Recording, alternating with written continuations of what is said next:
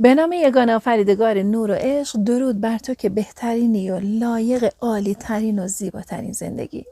رویا تاروخ هستم و قراره در این ویدیو به شما 4 روش یاد بدم که بتونید بدون اینکه حرفی بزنید ارزش خودتون رو به یک مرد نشون بدید. تا انتهای ویدیو با من باشید.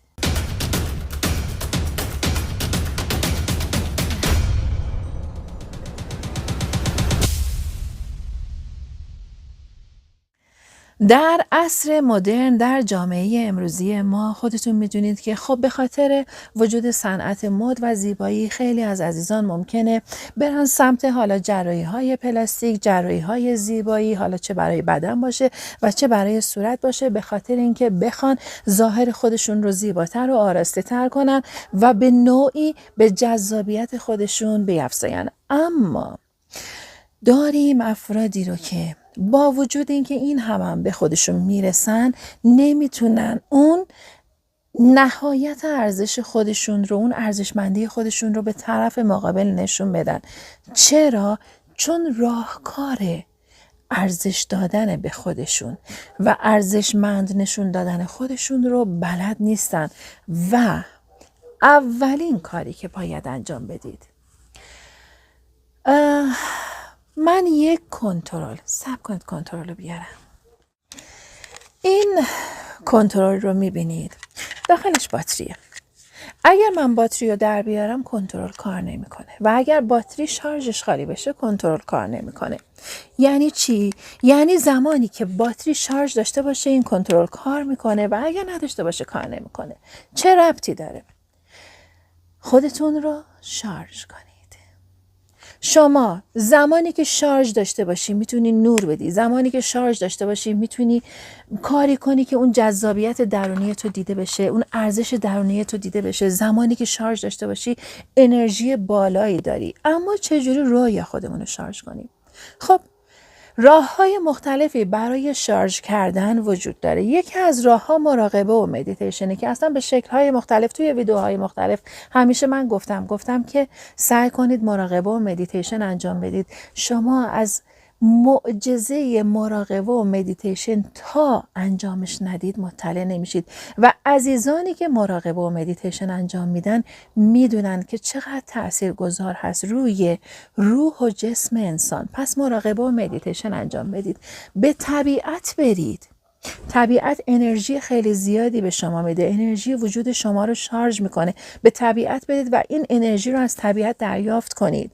مسافرت برید، هر جایی که حالتون رو خوب میکنه برید. هر برنامه‌ای که میدونید تاثیر مثبت روی روند زندگی شما داره اون برنامه رو برای خودتون پیاده کنید. ببینید چی حالتون رو خوب میکنه، چی حستون رو خوب میکنه، چی بهتون انرژی بالا میده و شما از این طریق میتونید خودتون رو شارژ کنید. یه چیزی رو که من باید این قسمت به عزیزان دل یادآوری کنم.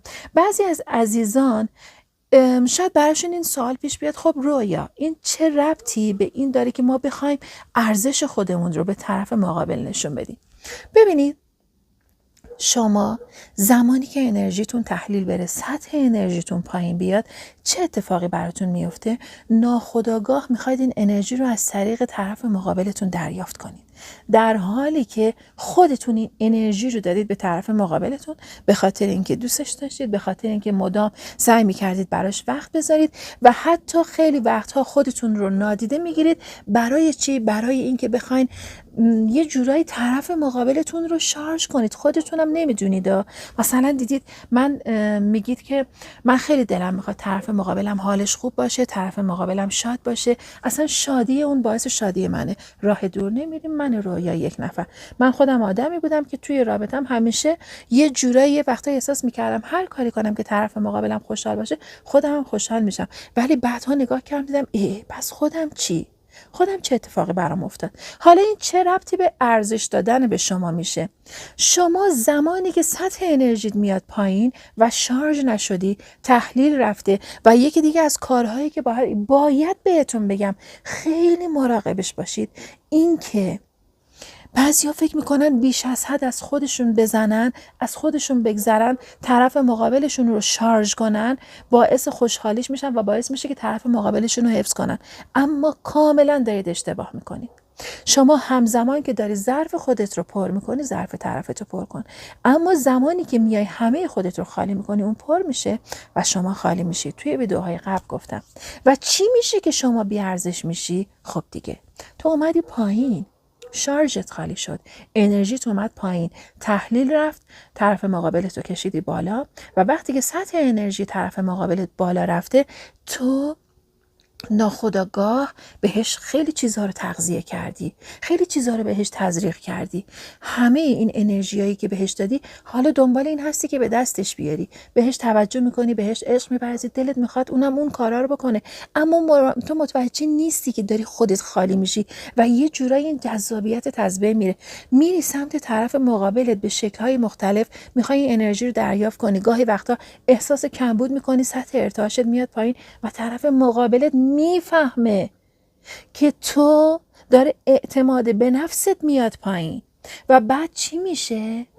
اون ارزشی که تو داشتی روز اول، سطحش داری میاد پایین و خودت رو داری بی‌ارزش میکنی. پس بدون اینکه حرف بزنی، بدون اینکه کلامی رو روی زبونت بیاری، اولین کاری که میکنی اینه که خودت رو شارژ میکنی. کار دومی که میکنی، نسخه قدیمی خودت رو قربانی کن. حالا چرا از واژه قربانی کردن استفاده کردم؟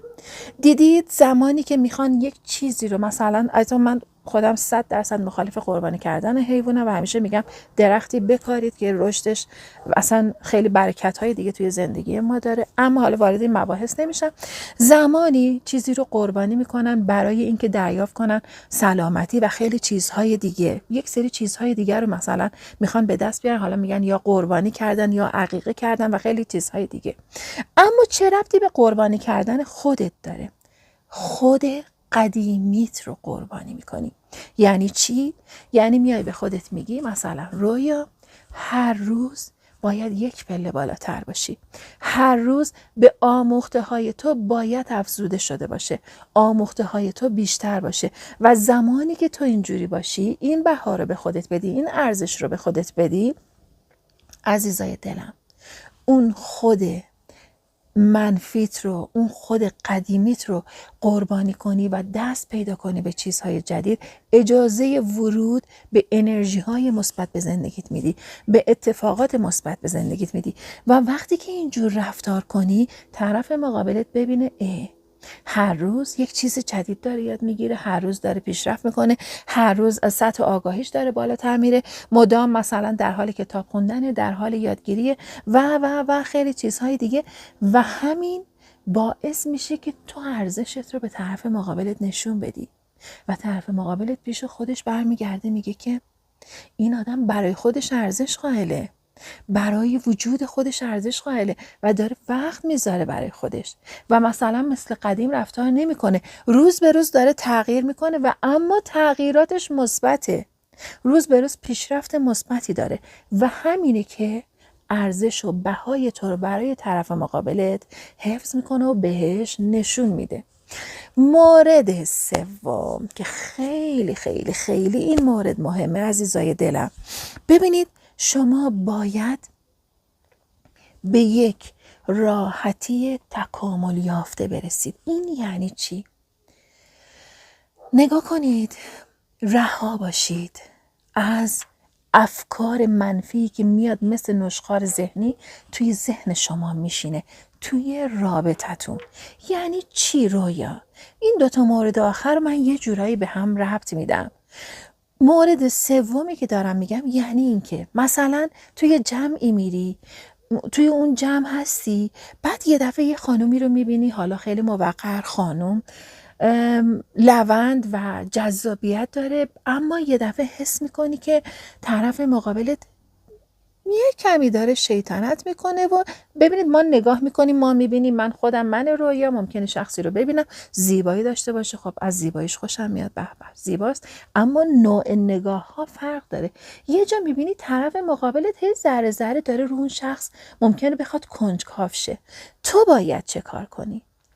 ما تحت هیچ شرایطی نباید عکس‌العمل نشون بدیم. مثل یک انسان کامل باید برخورد کنیم. یعنی چی رویا؟ بذارید یه مثال براتون بزنم. من الان به شما مثلا گربه های منو معمولا توی ویدیوهام دیدید. خب مثلا من میگم گربه مشکی من که معمولا پشت سرم میاد میخوابه موقعی که من ویدیو ضبط میکنم، گربه مشکی من. و حالا بهتون میگم بهش فکر نکن. هرچی من میگم بهش فکر نکن، خود به خود این گربه میاد تو ذهنت. چرا؟ من میگم به گربه من فکر نکن، میاد تو ذهنت. باز میگم فکر نکن، بعد اینو بلش میکنم، میگی چرا این میگه فکر نکن؟ یا مثلا بهش توجه نکن. یا مثلا یه بار توی یک از ویدیوهام گفتم یک چیزی خیلی خیلی بی‌ارزش و کم ارزشه، اصلا گذاشتی یه کناری میخوای بندازیش دور، اما یه نفر میاد میگه فلانی، میگه من میگه وای این چقدر خوشگله، چقدر خوشم اومده ازش، من میخوام اینو برش دارم. همین الان میخواستی بندازیش دور، بعد میگه که نه دوستش دارم میخوامش. چرا؟ چون که تو توجهت رفته رو اون و اونو داری بلش میکنی. بذارید یه خاطره براتون تعریف کنم از خودم. یه تیکه درباره منم توی این اومد. یادم من یک بار به طرف مقابلم، به همسرم، یه نفر بود، خب متوجه شدم، یعنی به من گفتن، در اصل بهم گفتن که رویا خیلی مراقب باش و این مثلا حالا خانمی که توی برنامه اینجور چیزا باهاشون میره مشکل داره، اصلا انگار میخواد تلاش کنه که بخواد حالا نظر بقیه رو جلب کنه، نه فقط نظر یک نفر، نسبت به همه همین کارو میکنه، جلوی همه این کارو میکنه و حالا خیلی چیزهای دیگه که گفتن. من اصلا نمیخوام وارد این مسئله بشم و به گذشته برم، فقط مثالش رو میخوام براتون بزنم. من یادمه یه بار همسرم بهش گفتم که ایشون احساس میکنم یه خورده مشکل داره، یا احساس میکنم یه جوری داره رفتار میکنه به زندگیمون بخواد آسیب بزنه، مراقب باش.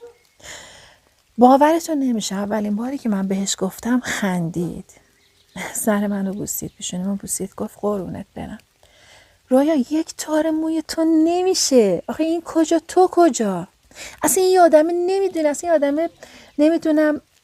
خب مقایسه ظاهری کرد، ظاهرش اینجور فلانش، اصلا نمیخوام اسم بیارم که چی گفت و چی نگفت. یه سری مقایسه‌ای که حالا دیگه تو دنیای سه‌بعدی انسان‌ها میان مقایسه میکنن، ظاهر و قد و هیکل و خیلی چیزای دیگه، و من یه تار موی تو رو به دنیا نمیدم. و اصلا چجور واقعا پیش خودت فکر کردی که مثلا این آدم بتونه سر سوزن برای من جا داشته باشه؟